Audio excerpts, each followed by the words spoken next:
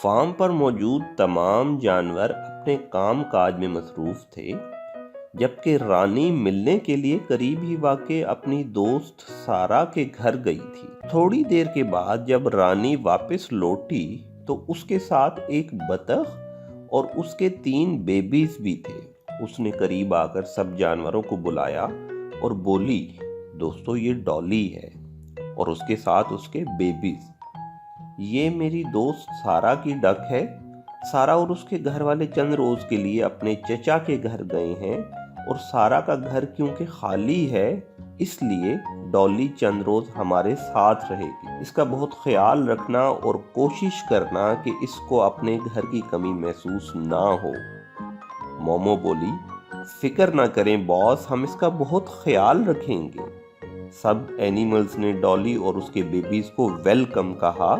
डॉली ने बताया कि सारा का घर बहुत अच्छा है और सारा और उसके घर वाले उसका बहुत ख्याल रखते हैं। डॉली ने मजीद बताया कि मैं भी सारा का ख्याल रखती हूँ। सब जानवरों ने पूछा, वो कैसे? तो उसने जवाब दिया कि मैं बिला वजह शोर नहीं करती और रोजाना एक अंडा देती हूँ जो सारा खाती है और मैं बहुत अच्छी हूँ। उसकी ये बात सुनकर सब जानवर मुस्कुराने लगे। डॉली सारा वक्त अपने बेबीज के साथ फार्म में वॉक करती और एनिमल्स के साथ बातें करती। सबने ये बात नोट की कि डॉली को बातें करने का बहुत शौक था। एक दिन वो कट्टो के पास आई और बोली कि कट्टो, तुम फार्म में कितने अरसे से रहती हो? कट्टो सोचकर बोली कि तकरीबन 1 साल से। डॉली ने कहा, और रानी तुमसे बहुत प्यार करती है, लेकिन रानी को तुमसे क्या फायदा है? कट्टो इस सवाल पर बहुत हैरान हुई और बोली, मुझे नहीं मालूम, लेकिन हाँ, मैं रोजाना एक अंडा देती हूँ जो रानी खाती है। डॉली बोली, ओहो, इसका मतलब है कि रानी को तुम्हारा कुछ ना कुछ फायदा है। कट्टो हैरानी से डॉली को देखने लगी। कुछ देर के बाद डॉली मोमो के पास पहुंची और यही सवाल किया। मोमो बोली कि मैं दूध देती हूँ जिसको सब इस्तेमाल करते हैं। डॉली बोली, इसका मतलब है तुम्हारा तो बहुत फायदा है।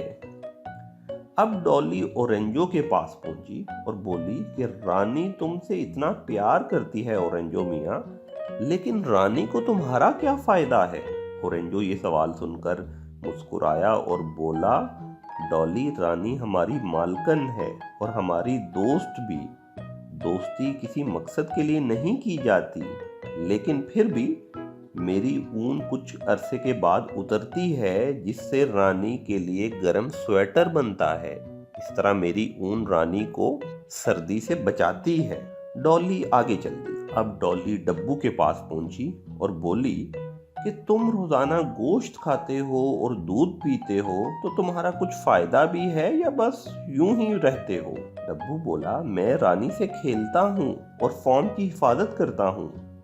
डॉली हंसकर बोली, तो क्या कभी कोई शेर या टाइगर फार्म पर हमला कर दे तो क्या तुम फार्म की हिफाजत कर सकोगे? डब्बू बोला, नहीं। डॉली बोली, इसका मतलब है कि तुम किसी काम के नहीं, और आगे चल दी। डब्बू परेशानी से डॉली को देखने लगा। गोटू से भी डॉली ने यही सवाल किया। गोटू बोला कि मैं रानी के साथ खेलता हूँ और बै बै करता हूँ जिससे रानी बहुत खुश होती है। लेकिन डॉली बोली, इसका मतलब है कि तुम किसी काम के नहीं बल्कि तुम फजूल हो। डब्बू और गोटू डॉली की बातें सुनकर बहुत परेशान हुए। उन्होंने जाकर ओरेंजो को ये बातें बताई। ओरेंजो बोला कि डॉली थोड़ी नादान और जल्दबाज है। एक दिन इसको हकीकत पता चल जाएगी कि कोई भी चीज फजूल नहीं होती।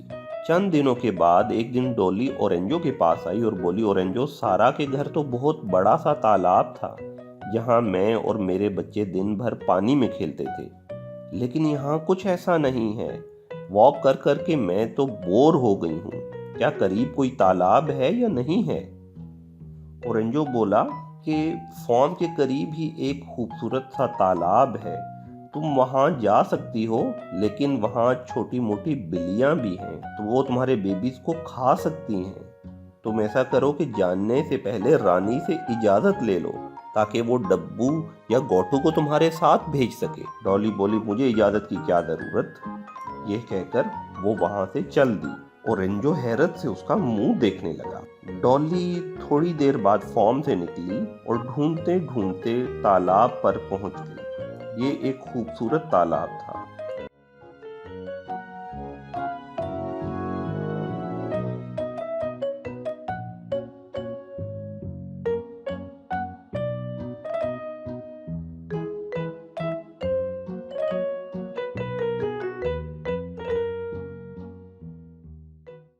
काफी देर वहां नहाने के बाद डॉली ने अब फार्म वापसी का इरादा किया, लेकिन डॉली फार्म जाने का रास्ता भूल चुकी थी। उसे याद ही नहीं रहा कि वो कौन से रास्ते से आई थी।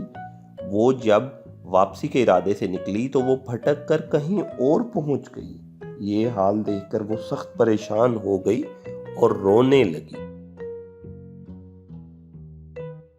दूसरी जानिब रानी ने जब काफी देर डॉली को ना देखा तो एनिमल से पूछा कि डॉली कहाँ है। सबने बताया कि उन्हें मालूम नहीं, लेकिन ओरेंजो बोला कि थोड़ी देर पहले डॉली ने मुझसे करीब के तालाब का रास्ता पूछा था। मैंने उसे कहा था कि रानी से इजाज़त ले लो, लेकिन लगता है कि वो बगैर इजाज़त ही वहाँ चली गई हो। लेकिन इस बात को तो बहुत देर हो गई है। डब्बू बोला, हो सकता है कि डॉली रास्ता भूल गई हो सकता है कि वो किसी परेशानी में मुब्तला हो, हमें फौरन उसकी मदद करनी चाहिए। गोटू बोला, इस इलाके में तो बिल्लियां भी हैं जो डॉली के बेबीज को नुकसान पहुंचा सकती हैं। रानी ने फौरन डब्बू और गोटू को वहां जाने की ताकीद की और कहा कि वो फौरन जाके डॉली की मदद करें। थोड़ी देर के बाद डब्बू और गोटू तालाब पर पहुंच गए, लेकिन डॉली वहां पर ना थी। डब्बू बोला, अरे डॉली तो यहाँ मौजूद ही नहीं है।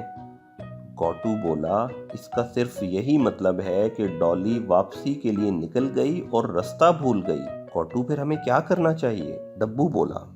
गोटू सोचकर बोला, हमें डॉली के पाँव के निशान ढूंढने चाहिए ताकि हमें पता चल सके कि वो किस रास्ते पर वापस गई। थोड़ी सी कोशिश के बाद उन्हें डॉली और बेबीज के पाँव के निशान मिल गए।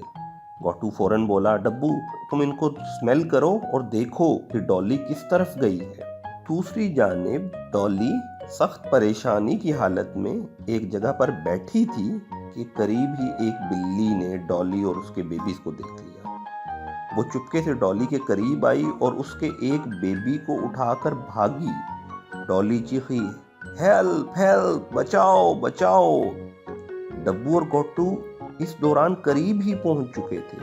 उन्हें डॉली की आवाज आई तो वो फौरन वहां पहुंचे और देखा कि डॉली परेशानी से चीख रही है कि मेरे बेबी को एक बिल्ली उठाकर ले गई। डब्बू फौरन बिल्ली पर हमला आवर हुआ। बिल्ली ने अपनी जान बचाने की कोशिश की और डॉली के बेबी को वहीं छोड़ा और भाग गई।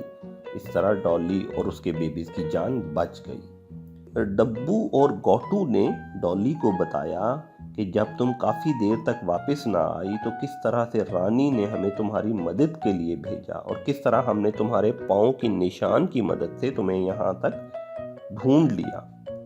डॉली ये सुनकर हैरान रह गई कि किस तरह से जिन दोस्तों को वो फजूल समझती थी, उन्हीं दोस्तों ने मुसीबत के वक्त उसकी मदद की और उनकी जान बचाई। अब डॉली गोटू और डब्बू से बोली कि मैं अपने सोच और अपने किए पर शर्मिंदा हूँ, मुझे माफ़ कर दो। डब्बू और गोटू बोले, कोई बात नहीं। प्यारे बच्चों, इस कहानी से हमें पता चला कि दुनिया में कोई चीज़ भी बेकार और बेफ़ायदा नहीं है। कुछ चीज़ों का फ़ायदा हमें जल्द मालूम हो जाता है और कुछ चीज़ों का फ़ायदा जानने के लिए हमें थोड़ा इंतज़ार करना पड़ता है।